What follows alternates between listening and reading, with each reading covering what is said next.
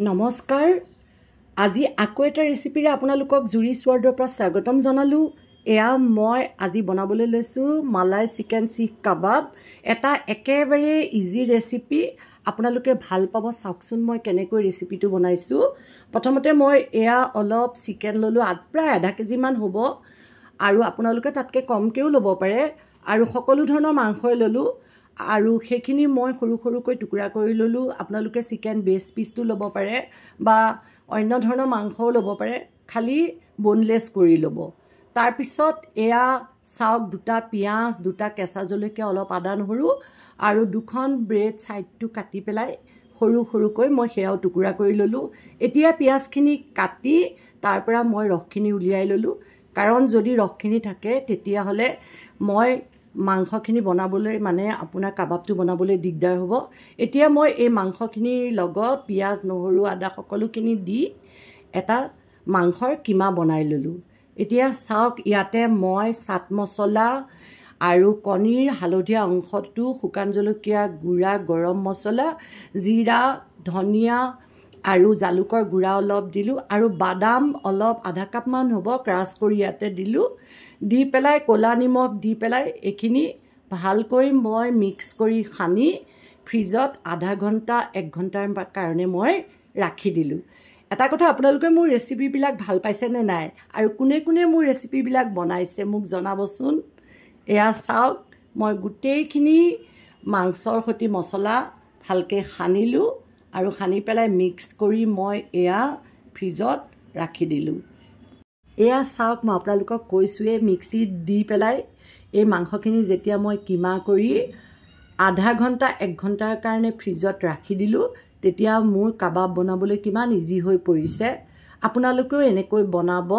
এতিয়া মই 3ডাল বাঁহৰ শলা ল'লোঁ, বেম্বো ষ্টিক ল'লোঁ, লৈ তাতে মই অকণমান বাটাৰ সানি ল'লোঁ। লৈ পেলাই মাংসখিনি ইয়াতে দি পেলাই মই কাবাবৰ আকৃতিৰে 3ডাল শলাত এয়া মই কাবাব বনাই ল'লোঁ। মোৰ মাংস কম আছিল কাৰণে এনেকৈ 3ডাল কাবাব হ'ল। আপোনালোকে ইয়াতকৈ বেছিকৈও বনাব পাৰে।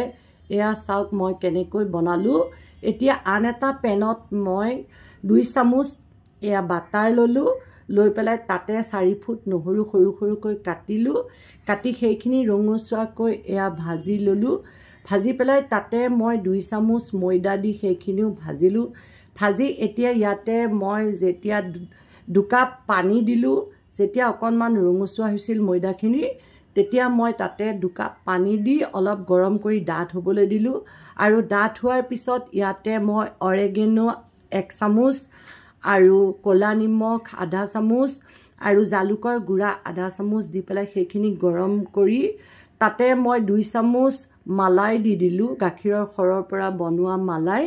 আপোনালোকে ক্ৰীমো দিব পাৰে। এয়া চাওক মই কেনেকৈ এইখিনি ডাঠ কৰি হোৱাইট চচ বনাই ল'লোঁ। এতিয়া মই এই হোৱাইট চচখিনি বনাই ঠাণ্ডা কৰি ল'লোঁ।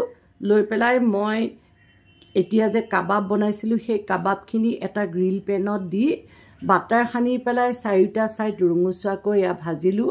মোৰ 15 পৰা 20 মিনিট সময় লাগিছে।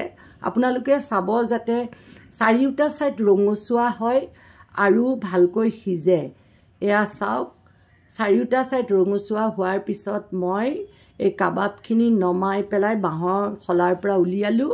উলিয়াই এখন প্লেটত এয়া কাবাবখিনি দিলোঁ। দি পেলাই ওপৰত যে হোৱাইট চচ বনাইছিলোঁ সেইখিনি মই ইয়াতে এয়া ঢালি দিলোঁ। এনেকৈ ঢালিলোঁ। ঢালি পেলাই এটা কেপচিকামৰ অকণমান টুকুৰা সৰু সৰু কৰি পেলাই ইয়াৰ ওপৰত মই এয়া সজাই দিলোঁ। ৰেচিপিটো বাৰু আপোনালোকৰ কেনেকুৱা লাগিছে? আপোনালোকেও এনেকৈ বনাই চাবচোন, আৰু তলত থকা আইকন বেলটো ক্লিক কৰি দিব। তেতিয়াহে মই আপোনালোকলৈ আকৌ নতুন নতুন ৰেচিপি লৈ আহিব পাৰোঁ। তেতিয়াহ'লে আজিলৈ ধন্যবাদেৰে আহিও